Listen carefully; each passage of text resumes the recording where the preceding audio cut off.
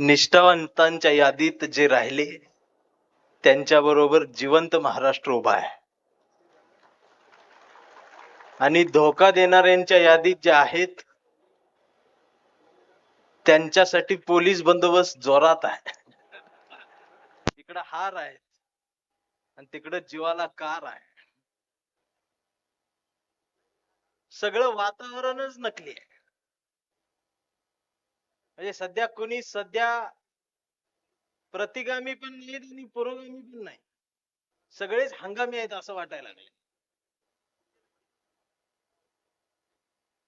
आणि अशा काळात या वारकऱ्यांच्या, संतांच्या, फुले शाहू आंबेडकरांच्या महाराष्ट्राला, छत्रपती शिवाजी महाराजांच्या या महाराष्ट्राला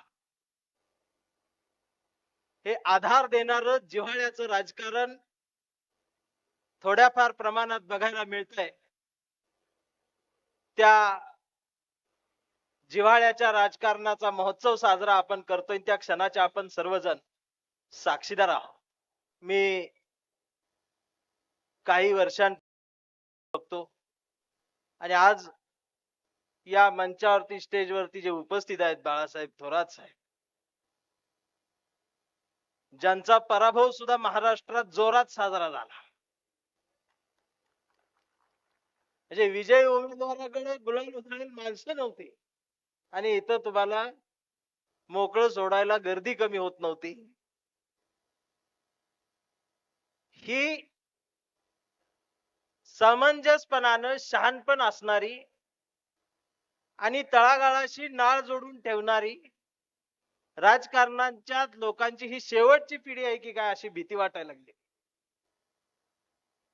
आदरणीय गोपीनाथ मुंडे साहेब ज्यावेळेला बोलायचे त्यावेळेला काँग्रेसचे सगळे शांतपणे ऐकून घ्यायचे, त्यांनी केलेली टीका सुद्धा हसत हसत सहन करायचे. इकडे विलासराव देशमुख साहेब सुद्धा बोलायचे तर भाजपवाले ऐकून त्यांचं सहन करायचे आणि संध्याकाळी एकमेकांचा हात हातात घ्यायचे. आणि आज तोडायचं, फोडायचं, मोडायचं आणि दुसऱ्यान लिवल्याला खोडायचं, याच्या पलीकडे आमचं राजकारण जात नसताना माणसं जोडायचं, महाराष्ट्राला घडवायचं हा विचार देणारी राजाभाऊ सारखी माणसं आहेत. म्हणून आमच्या तरुणांना राजकारणाच्या जवळ जाऊन उभा राहता येत. सगळं वातावरणच नकली आहे. या नकली चाललेल्या वातावरणात खरं काय? तर एकदा एक इन्स्पेक्टर शाळा तपासायला एका शाळेत गेला. तर शाळेत एकच विद्यार्थी होता. इन्स्पेक्टरने त्या विद्यार्थ्याला उभं केलं, प्रश्न विचारला, सांग म्हणलं देशाचे प्रधानमंत्री कोण आहे? ते पोरग रागान बघत म्हटलं तसलं काही विचारायचं नाही. इन्स्पेक्टर म्हटला महाराष्ट्राचा मुख्यमंत्री कोण आहे सांग. ती पोरग परत रागान बघत म्हटलं ती तर अजिबात विचारायचं नाही. इन्स्पेक्टर चिडून म्हणाले असं का? तर विद्यार्थी म्हणाला साहेब माफ करा, मला 10 रुपये देऊन इथं थांबवलंय, माझा शाळेचा काही संबंध नाही, मी नकली आहे. इन्स्पेक्टर चिडले, म्हणले शाळेत विद्यार्थी नकली का? शिक्षक कुठं आहेत? मग शिक्षकांना बोलवलं, शिक्षकांना विचारलं विद्यार्थी नकली का बसवलेत सर? तर शिक्षकांनी हात जोडले, म्हणले सर त्याला 10 रुपये दिलेत, मला 100 दिलेत, मी पण नकली आहे. इन्स्पेक्टर चिडला, म्हणाले हेडमास्तर कुठे आहेत? तर हेडमास्तर बाजूलाच लपले होते. ते हात जोडून पुढे आले, काही विचारायच्या आधीच हेडमास्तर म्हणाले हात जोडून, हे बघा साहेब, याला 10 दिल्यात, याला 100 दिल्यात, माझं पद मोठं आहे म्हणून मला 500 रुपये सकाळी दिल्यात, माझा शाळेचा काही संबंध नाही, मी आज पहिल्यांदा शाळा बघितली, मी यांच्यापेक्षा जास्त नकली आहे. इन्स्पेक्टर चिडला, म्हणला दंड भरावा लागेल, इथं सगळंच नकली सुरू आहे. हेडमास्तर म्हणले त्याची तयारी करून ठेवल्या, किती द्यायचं तेवढं सांगा. इन्स्पेक्टर म्हणला 50,000 रुपये दंड होईल, पण पावती मिळणार नाही. हेडमास्तरांनी पण 50,000 काढले इन्स्पेक्टरच्या हातात दिले. इन्स्पेक्टरनं पैसे मोजले, खिशात ठेवले आणि हसत हसत इन्स्पेक्टर म्हणला, बरं झालं मी होतो म्हणून 50,000 ऐकलं. खरोखरच आला असता तर गणित 5 लाखाच्या वर गेला असतं. मी पण नकली आहे म्हणला. तेवढ्यात हेडमास्तर परत हसले. म्हणले गंमत सांगू का? म्हणले काय? अहो जिथं विद्यार्थी नकली, शिक्षक नकली, मी हेडमास्तर मी नकली, शाळा तपासायला तुम्ही आलाय तुम्ही नकली, अख्खी शाळा नकली. तुम्हाला आता ज्या नोटा दिल्या त्या तरी कशा खऱ्या असतील? त्या पण नकलीच आहेत. या नकली चाललेल्या आजच्या वातावरणात असली आणि ओरिजिनल माणसं बघायला मिळत आहेत, हे पाहून मला बरं वाटतं.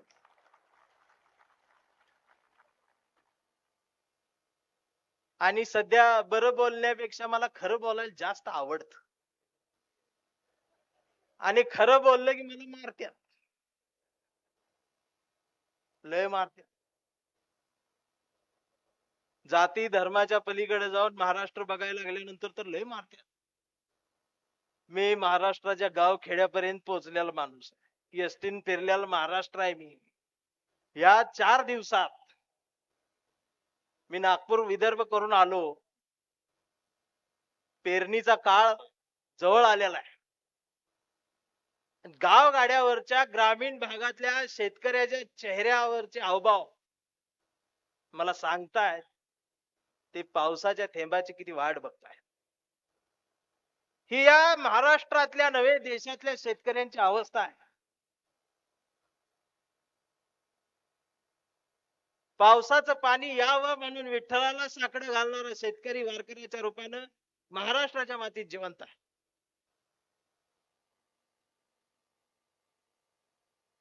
या शेतकऱ्यांचं दुःख जाणून घेणारं शासन आम्हाला पाहिजे असं वाटतं. म्हणून माझ्यासारख्या साहित्यिकाला राजकारणाच्या जवळ यावं असं वाटलं. कारण इथं आल्यानंतर त्यातलं मर्म कळायला लागलं. हा देश आहे.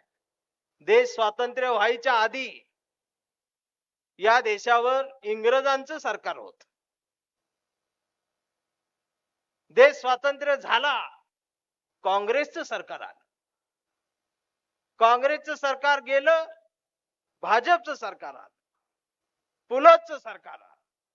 परत त्या सरकारचं नावं वेगवेगळी होत गेली. मनमोहन सिंगांचं सरकार आलं, पुलतचं सरकार आलं, नरसिंहरावांचं सरकार आलं, आता मोदींचं सरकार आलं. देश स्वातंत्र्य झाल्यापासून ही कुठली सरकार येत आहेत? माझ्यासारख्या आजच्या तरुण पोराला प्रश्न पडायला लागलाय, साहेब आमच्या शेतकऱ्यांचं कष्टकऱ्यांचं सरकार या देशात येणार आहे की नाही? आता कोणी म्हणेल ते म्हणजेच शेतकऱ्यांचं सरकार. असं नाही. मग अजून का कर्जमाफी नाही?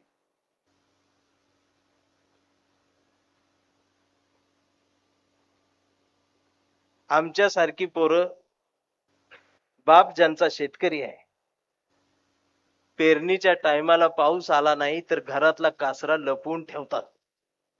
चुकून जरी बापाच्या हाताला लागला तरी बाप बाबळीच्या फांदीला लटकलेला दिसेल. यामुळं रात्रीच्या झोपेतून खडबडून जागी होणारी तरुण पिढी आज तुम्हाला सोशल मीडियावरच्या पिढीकडे बघून असं वाटत असेल की ही इथं आहेत, तर ही वेगळी, ही मेंढरा आहेत. पण असल जातीवंत अवलादी सुद्धा महाराष्ट्रात आहेत आणि त्यांची संख्या जास्त आहे. आम्ही त्यातले आहोत. आम्हाला माणूस पण कळतं, शहाण पण कळतं. आणि असं बोलल्यावर मला मारत्या.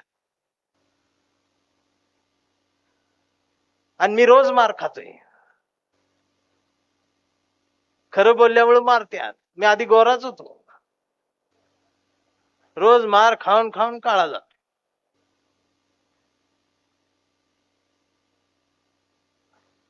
पण आपल्यासारख्या माणसांसाठी, राजाभाऊसाठी एक गोष्ट आहे माझ्या छोटीशी. मी 7वीच्या वर्गात होतो तेव्हा माझ्या वर्गात एक नाना म्हणून विद्यार्थी होता. आणि हा नाना गेल्या 15 वर्षापासून 7वीत नापास होतो. त्यावेळेला नापास तर नापास, पुढे ढकलायची पद्धतच नव्हती. आणि नाना 15 वर्षापासून नापास 7वीच्या वर्गात.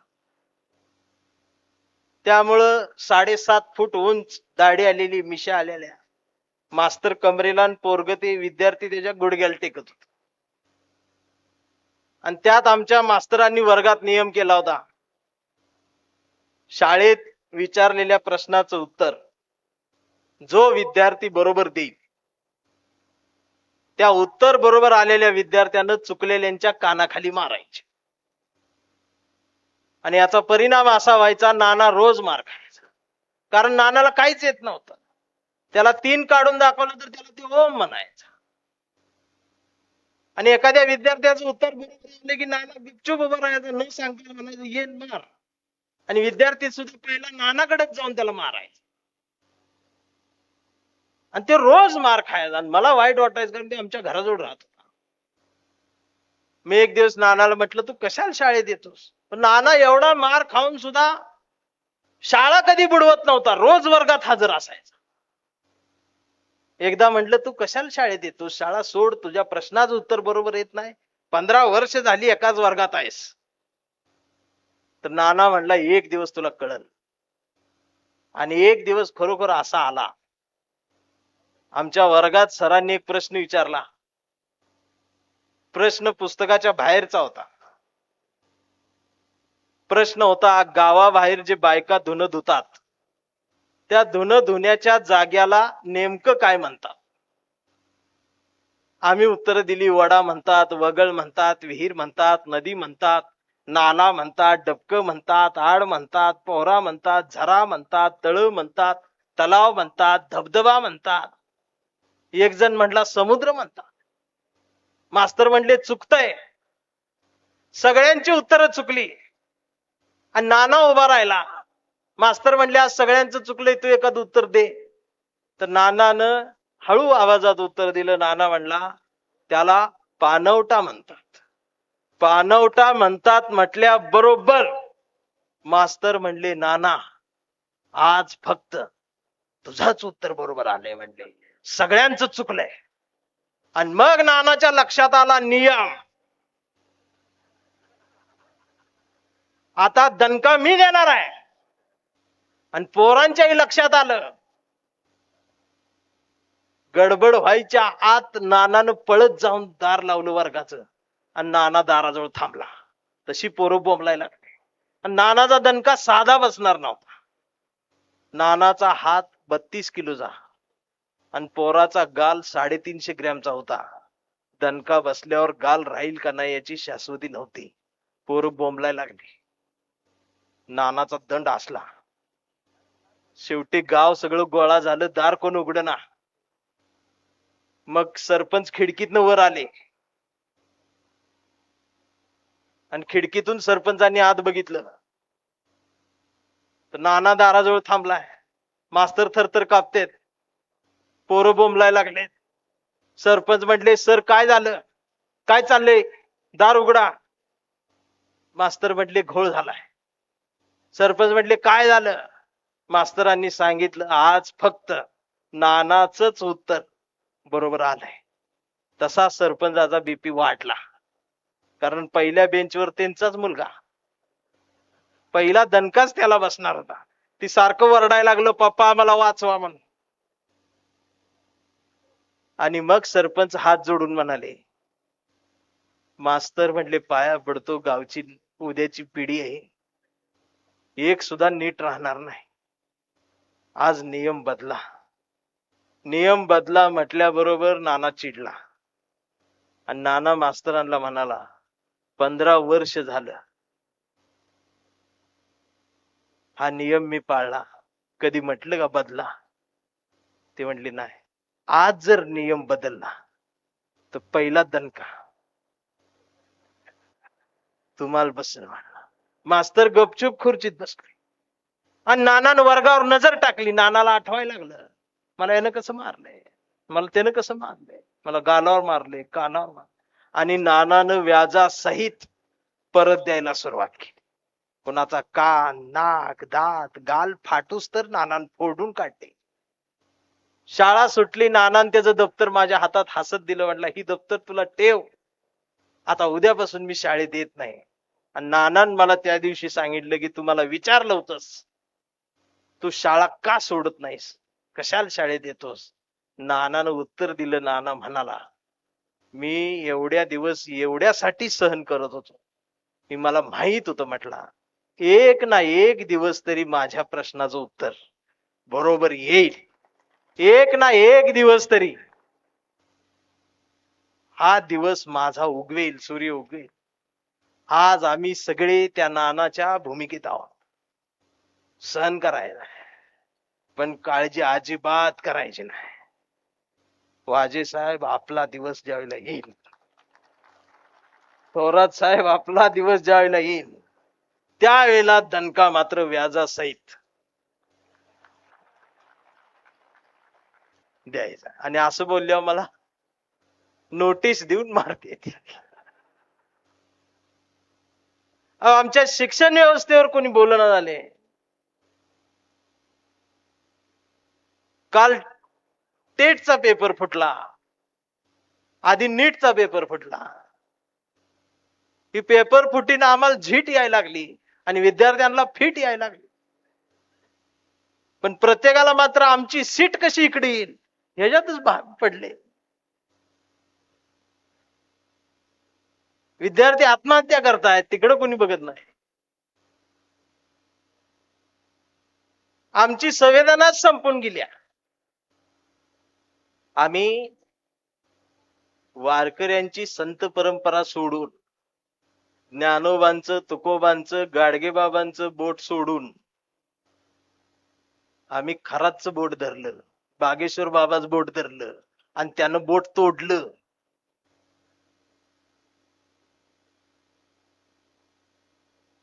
म्हणून खराच्या दारात जाऊन भविष्याचा हात दाखवून आयुष्याची वरात काढून घेण्यापेक्षा फुले शाहू आंबेडकरांच्या छत्रपती शिवाजी महाराजांच्या परातीत समतेची आणि परिवर्तनाची भाकरी दमदारपणानं भासता येते, हा सांगावा या निष्ठेनं या महाराष्ट्राला दाखवून दिला.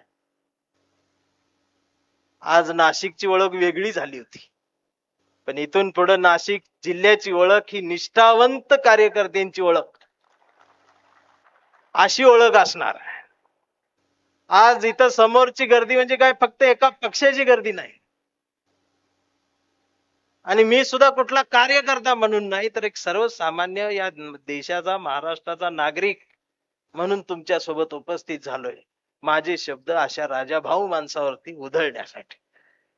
ही आज काळाची गरज आहे. प्रेम आम्ही करण्यात कमी पडतोय की काय अशी भीती असताना, हा महाराष्ट्र आहे, हा संतांचा महाराष्ट्र आहे, शेव शाहू फुले आंबेडकरांचा हा महाराष्ट्र आहे, हे आम्ही कायम ठणकावून सांगितलं पाहिजे. आणि या निमित्त मी थोरात साहेबांना आमच्या सांगेन की तुम्ही ज्या वेळेला सत्तेत असता त्यावेळेला आमच्यासारख्या पुरोगामी चळवळीत काम करणाऱ्या कार्यकर्त्यांकडे जरा बघत जावा. कारण तुम्ही सत्तेत असल्यावर आम्हाला कोणी पिक्चर मध्येच घेत नाही, पण आम्ही असतो इथं पेरणारी माणसं. आज हे निष्ठेचं बियाणं सिन्नरच्या मातीत पेरल्यानंतर येणाऱ्या कितीतरी पिढ्यांना ते उगवलेलं पीक दिसेल आणि सिन्नरच्या मातीच्या निष्ठावंत मातीचा इतिहास इथल्या येणाऱ्या कितीतरी पिढ्या गुणगुणत राहतील. ह्या गोष्टी आज साध्या नाहीत. ही बदललेलं राजकारण, समाजकारण, बागेश्वर बाबाचा भरणारा करोडो लोकांचा दरबार आणि ओस पडत चाललेली तुकोबांची गाथा, हे आम्हाला येणाऱ्या पिढ्यांसाठी फार धोक्याचं आहे. आमचं जातं गेलं, मिक्सर आला, आम्हाला वाटलं विकास झाला, पण जात्यासोबत आजीची मांडी आणि मांडीवरच्या ओव्या गेल्यात याचं भान आम्हाला राहिलं नाही. त्या ओव्यांसोबत आमचं बरंच काही काय गेलं. आमची झाडं गेली, रस्ते आले, पण नुसती झाडं जात नसतात, झाडासोबत सावली जाते. आणि का जगायचं असतं हे शहाणपण झाडांच्या सावली सकट निघून गेलेलं आहे. तरी या सिन्नरच्या मातीत आमचे मित्र आहेत विष्णू वाघ, रोज एक झाड लावत हिंडते येड्यावानी. मला अशी माणसं अभिमानाने सांगावीशी वाटत. समाजकारण करावं ते गाडगे बाबांचा खराटा घेऊन करावं, राजकारण करावं ते तुकडोजी बाबांची ग्रामगीता घेऊन करावे. आणि असं बोलल्यावर मला मारत्यात. आणि मग कवितेच्या ओळी मी लिहित असतो की पाखरांच्या चोची मधला घास व्हावी कविता, पहिला आणि शेवटचा श्वास व्हावी कविता, कोसळावेत थेंब भुईत मातीचा वास व्हावी कविता, उगवावा पिंपळ एक प्रवास व्हावी कविता, त्याच पिंपळाच्या सावलीला मानवतेचे गीत गाणारी बुद्ध व्हावी कविता, मी करावे पाखरांच्या हवाली तिला मग शुद्ध व्हावी कविता, हिंदूंच्या कंठामध्ये सलाम अलिकम सलाम व्हावी कविता, मुस्लिमांच्या भाळावरचा नाम व्हावी कविता, मंदिर मस्जिद बांधणाऱ्यांच्या कपाळाचा घाम व्हावी कविता, इंद्रायणीत तरलेला तुकाराम व्हावी कविता, आणि या देशाच्या मातीत विज्ञान पेरणारी अब्दुल कलाम ही व्हावी कविता. ही मानवतेची समतेची कविता घेऊन मी ज्या वेळेला येतो त्यावेळेला इथलं विदारक चित्र मला सतावत राहतं. मला अडवणूक केली जाते आणि मला दिसतं रामाचं बोट धरून, रामाचा चेहरा दाहून, प्रभू रामचंद्राचं नाव घेऊन रावणाचे विचार पेरणारी माणसं ज्यावेळेला दिसतात त्यावेळेला माझ्यासारख्या वेदना होतात. एखाद्या चालत्या बसमध्ये किंवा थांबलेल्या बसमध्ये एखाद्या मुलीवरती बलात्कार होतो आणि त्या बसचं नाव ज्यावेळेला शिवशाही असतं त्यावेळेला माझ्यासारख्या वेदना होतात. बलात्कार केल्यानंतर ज्यावेळेला आरोपी सापडतो त्यावेळेला मीडियावर त्याचं नाव येतं, मग पहिल्यांदा त्याचं आडनाव बघितलं जातं आणि मग आडनावामधून त्याची जातीचा शोध घेतला जातो आणि मग ज्या जातीचा आहे त्या जातीला शिव्या द्यायला सुरुवात होते. ही आमचं वैचारिक झालेली घसरण आहे. बलात्कार करणाऱ्याला जात नसते, धर्म नसतो, वासनेला कधीच कुठली माती नसते, ती वासनाच असते, ती ठेचून मारली पाहिजे सगळ्यांनी मिळून. हा सांगावा याच रायगडाच्या पायरीवर मावळ्यांनी सांडलेल्या रक्तानं आम्हाला दिलेला आहे. पण आम्ही विसरत चाललोय कारण आम्ही छत्रपती शिवाजी महाराज पाहतोय पुतळ्यात 150 फूट उंच, 200 फूट उंच, 300 फूट उंच, गिनीज वर्ल्ड रेकॉर्ड एवढी उंची पुतळ्याची उंची वाढते आणि आमचा स्वाभिमान जागा होतो. पुतळ्यांमध्ये बघायचं बंद करा. विचार फार महत्वाचे आहेत. मग इकडे शिवाजी महाराजांची उंची वाढवली की लगेच इकडे बाबासाहेबांची उंची वाढवायची, मग इकडे अण्णाभाऊंची वाढवायची, मग इकडे अहिल्यादेवींची वाढवायची. कारण पुतळ्यात जवळ मेंढरांची गर्दी वाढली आणि ही जी राजकारणात उड्या मारतायत ना ही मेंढरा आहेत. यांना शहाणपण नाही, संवेदना नाहीत. ही घाबरतायत झेलला आणि पैशाला बोलतायत. जगणार तर एकदाच आहे, मरून जाणार आहे. मला सांगा, ज्यांनी ज्यांनी इकडून तिकडे उड्या मारल्यात त्यांच्या नातवाला ह्या आज्याचा इतिहास सांगताना काय सांगितलं जाईल? आणि आमच्या राजाभाऊच्या नातवाला अख्खा सिन्नर तालुका नाही, अख्खा महाराष्ट्र सांगत राहील तुझ्या आज्याच्या निष्ठावंताचा इतिहास. हे जो मान सन्मान आज मिळतोय ही 50 खोके सुद्धा क्षुल्लक आहे त्याच्यासमोर. आमचे संजय राऊत साहेब जेलमध्ये गेले, झुकलं नाही आणि नरकात जाऊन नरकातला स्वर्ग लिहून बाहेर आला. पुस्तक लिहिलं त्यांनी, नरकातला स्वर्ग. आणि इकडं सत्तेच्या स्वर्गात जाऊन नरक भोगायची वेळ आज आलेली आहे. त्यामुळं माझी काय कोणावर टीका नाही. मी एकटा फिरतोय कुठे धरून मारते ती. त्यांना काय हो, माणूस मारायचाच म्हणल्यावर काय करणार. पण आम्ही त्यातले नाहीत. आम्ही ज्ञानोबांच्या मांडीजवळ बसलेली पोरं आहोत. आम्ही तुकोबांच्या मांडीवर बसलेली पोरं आहोत. जे खळांची व्यंकटी सांडो तया सत्कर्मी रती वाढो, भूता परस्परे पडो मैत्र जीवांची. ही तुमच्यातली जी विकृती आहे ती सांडली पाहिजे. हा राक्षस तुमच्यातला मेला पाहिजे. तुमच्यातला माणूस अजूनही आम्हाला हवा आहे आणि त्या माणसावर माझं प्रेम आहे. ही प्रेम करण्याची शिकवण या माय मराठीच्या मातीनच आम्हाला दिली. अजूनही आम्ही आई वडिलांच्या पायातच देव शेदणारी पोरांची जमात या महाराष्ट्रात आहे. मी इथं यायच्या आधी राजाभाऊंनी उभं केलेलं वारकरी भवन बघितलं.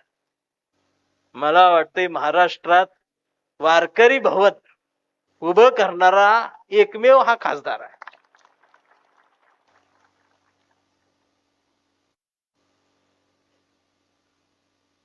तर त्या वारकरी भवनात आहे काय? तुकडोबांची गाथा, ग्रामगीता, तुकोबांची गाथा, अहिल्या देवींचं आमचं स्मारक आहे, विठ्ठलाची सुंदर मूर्ती आहे. आणि भक्तिमय वातावरणात विज्ञानाचा वेध घेण्यासाठी पुस्तकांची पानं फडफड करताय. आज आम्ही तिथं गर्दी केली पाहिजे. ही वैभव आहे या तालुक्याचं तुम्ही उभं केल्यानं. आम्हाला रस्त्यापेक्षा मोठमोठ्या फ्लॅटच्या इमारतींपेक्षा हे जर हातात मिळालं तर आम्हाला जगावर राज्य करायला जास्त वेळ लागणार नाही. आणि आमच्याकडे संत परंपरा आहे.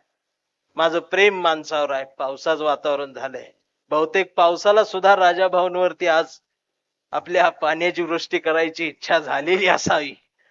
पण पाऊस किती जरी आला तरी आपण बी मागं हटायचं नाही. आज पावसात मी बी भिजलो तर मी बी गोरा होईन, मला बरं वाटेल.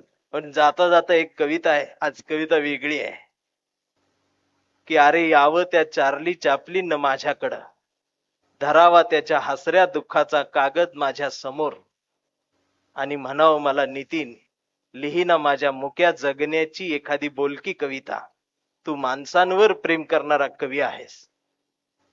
मी उचलावं पेन तेवढ्यात हिटलरने तिथे यावं आणि मी हिटलरला म्हणाव का आलास तर हिटलरने सांगावं मला नितीन घे ना माझं रक्त. त्या रक्तानं लिहिना कविता जर्मनीच्या साम्राज्यवादावर आणि मी कोंडून मारलेल्या श्वासांवर.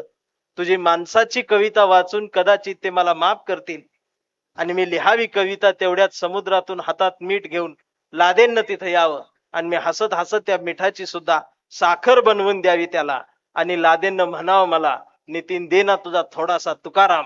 काश्मीरच्या बर्फात पेरावं म्हणतो, आणावी म्हणतो हिरवी वारी पंढरीला आणि मी द्यावा त्याचाच त्याला पैगंबर आणि सांगावं या देशात पैगंबर पेरला की तुकारामच उगवत असतो म्हणून. त्यानंही ते हसत हसत मान्य करावं. याव त्या डोनाल्डने, याव त्या पुतीनने, मी सांगेन त्यांना तिसरं महायुद्ध विसरा, माझी कविता नेहमी आडवी. आणि तुम्ही या सगळ्यांनी माझ्याकडं तुमच्या मेंदूतला इतिहासच एकदाचा जाळून टाकावं म्हणतो आणि तुम्हाला दाखवावं म्हणतो हा सुंदर भूगोल जो तुम्हाला आणि आम्हाला येणाऱ्या पिढ्यांसाठी फार जपून ठेवायचा आहे. वातावरण बघून जगण्यासाठी देश बदलणाऱ्या पाखरांनी सांगा कुणाची गाणी गायची. माझी कविता त्याच पाखरांच्या थव्यात कायम उंच उंच विहार करत राहील, कारण मी फक्त आणि फक्त माणसांवर प्रेम करणारा कवी आहे. या माणसांचं प्रेम घेऊन कष्टकऱ्यांचा, शेतकऱ्यांचा, वंचितांचा आवाज जर माझ्या कवितेला होता आलं तर मी राजकारणाच्या जवळ असेल आणि माझी कविता राजकारणात असेल. जोपर्यंत तुम्ही सगळं सत्तेत जात नाही तोपर्यंत मी तुमच्या सोबत आहे. तुम्ही एकदा सगळे सत्तेत गेला की मग परत तुमचा सामना माझ्या कवितेशी व्हावा यासाठी मी तयार असणार आहे. मित्रांनो, आभार काही एवढ्या सुंदर कार्यक्रमाचे मानणार नाही. राजाभाऊंसारख्या माणसाच्या जवळ जाता आलं. तुमच्या सर्व महाराष्ट्रातल्या शिवसैनिकांचं प्रेम मला मनापासून मिळतंय आणि एका कवीला महाराष्ट्र आज डोक्यावर उचलून घेतोय, पदरात घेतोय. माझी जात पात धर्म न बघता माझ्या कवितेला, माझ्या शब्दाला, प्रतिभेला गोंजारतोय. ही माझ्यासाठी जगण्यासाठी फार मोठी प्रेरणा आहे. म्हणून आभारांचे भार कशाला, सत्कारांचे हे हार कशाला, मनात एक घरट बांधूया निष्ठेच, या निष्ठेच्या घरट्याला दार कशाला, झुळझुळत्या या राजाभाऊंच्या झऱ्याला आपल्याही कष्टाचं जगण्याचं पाणी देत राहूया. मिनमिनत्या या मिनमिनत्या या ज्ञानाच्या दिव्याला, स्वाभिमानाच्या उजेडाला आपल्याही उजेड देत राहूया. जोपर्यंत हे विचारपीठ, फुले शाहू आंबेडकरांचा विचार, छत्रपती शिवाजी महाराजांचा विचार आणि आमच्या राजाभाऊंचा मतदारसंघ तुमच्या मनाला साथ घालील, त्याला आयुष्यभर असाच प्रतिसाद देत राहा. कांबळे हा एक विचार आहे. हा जात धर्म याच्या पलीकडे जाऊन एक भारतीय म्हणून जगलेला हा कांबळे. हा कांबळे कणतो, हा कणतो याचाच अर्थ लढतो असा आहे. त्यावेळी कणणं म्हणजे त्याचं लढणं आहे. त्याचं तिथं त्या विचारावर थांबणं आणि अजिबात डगमगून न जाता त्या विचारावरती राहून कणत राहणं पण लढत राहणं असा त्याचा अर्थ आहे. कविता आहे कांबळे हे आमचा कांबळे लय हुशार, एक कधीच नाही रडला, नुसताच कणला करून. कांबळे शाळेत गेला, मास्तरनं फळ्यावर सरस्वती काढली, पण कांबळेनं पाटीवर सावित्री काढली. याचा अर्थ कांबळेनं सरस्वती खोडली नाही, सावित्री काढली. म्हणून मास्तरनं चिडून कांबळेला असा तुडवला. पण कांबळे बी हुशार, नाही रडला, नुसताच कणला करून. कांबळे वयात आला, विशीत आला, मिशीत आला. कांबळे गुलाबी झाला आणि प्रेमात पडला. मग तिनं विचारली त्याची जात. कांबळे म्हणला, वेडे मी माणूस, माणूस माझी जात, प्रेमात कसली आली जात. मग तिनं सुद्धा कांबळेला असा तुडवला. पण कांबळे बी हुशार, नाही रडला, नुसताच कणला करून. कांबळेचं लग्न ठरलं. घरचे म्हणाले मुहूर्त पहा. कांबळे म्हणाला जमणार नाही, फुले वाचा. नातेवाईक म्हणाले सत्यनारायण. कांबळे म्हणला पटत नाही, बाबासाहेब वाचा. भावकी म्हणाली जागरण गोंधळ बोकाड तरी का. कांबळे म्हणला चालत नाही, गाडगे बाबा वाचा, संत परंपरा वाचा. मग घरच्यांनीच दार लावून कांबळेला असा तुडवला. पण कांबळे बी हुशार, नाही रडला, नुसताच कणला करून. मग कांबळे या पुरोगामी चळवळीमध्ये आला. चळवळीचे सगळे गट तट दिसले आणि कांबळे सर्वांना म्हणला, सर्वांनी एकत्रित या. फुले शाहू आंबेडकर छत्रपती शिवाजी महाराज समजून घ्या, ही चळवळ समजून घ्या, एकत्रित या. मग दिवसभर बोंबलून झाल्यावर संध्याकाळी सगळे एकत्रित आले आणि एकत्रित येऊन आपल्याच लोकांनी आपल्याच कांबळेला असा तुडवला. मग कांबळेला कळलं हे तुडवायला एकत्रित आले म्हणून. पण कांबळे नाही रडला, नुसताच कणला करून. परवा कांबळेच्या मुलानं कांबळेला विचारला, आता कांबळे मोठा झालाय, ते मोबाईल बघत असतो. मोबाईल बघत कांबळेच्या मुलानं कांबळेला विचारलं, डॅडा फुले शाहू आंबेडकर कोण डॅडा? लोकशाही म्हणजे काय डॅडा? संविधान काय भानगड डॅडा? आणि छत्रपती शिवाजी महाराज खरंच जन्माला आले होते का डॅडा? आता मात्र कांबळे पेटला. त्यानं दार लावून पोरालाच असा तुडवला. पण चिरंजीव कांबळे बी हुशार, तो पण नाही रडला, तो दोनदा कणला करून. मग कांबळेला लक्षात आलं डीएनए मधनं ही डबल गेलं, पण विचार ही पुस्तकातून जात असतात. आणि आता कांबळे वेडा झालाय. कांबळेला वेड्यांच्या दवाखान्यात टाकले. कांबळे वेड्यासारखं मानवतेच्या गोष्टी करतो. कांबळे वेड्यासारखं फुले शाहू आंबेडकर म्हणतो. कांबळे वेड्यासारखं शिवराय ते भीमराय सांगतो. पण कांबळेच्या एका हातात कुठल्या पक्षाची, कुठल्या रंगाची, झेंड्यांची चिंधी नाही. कांबळेच्या हातात या देशाचा तिरंगा आणि मांडीवर संविधान त्यानं उघडून ठेवलंय. आणि डॉक्टर सुद्धा व्यवस्थेचे शॉक देऊन कांबळेला तुडवतायत. पण कांबळे नाही रडत, तो नुसताच कणतोय करून. हा लढणारा आणि कणणारा कांबळे जोपर्यंत आहे तोपर्यंत हा महाराष्ट्र पुरोगामी आहे. हे संविधान आहे, छत्रपती शिवाजी महाराजांचे विचार आहेत. कांबळे हा एक विचार आहे, तो आता मनामनात पोहोचलाय, याचा मला आनंद आहे. याच्या पुढची कविता ज्यावेळेला बदल होईल सगळ्या गोष्टी, त्यावेळेला कांबळे सगळ्यांना तुडवत जाणार आहे. त्या कवितेची वाट बघत बसूया. धन्यवाद.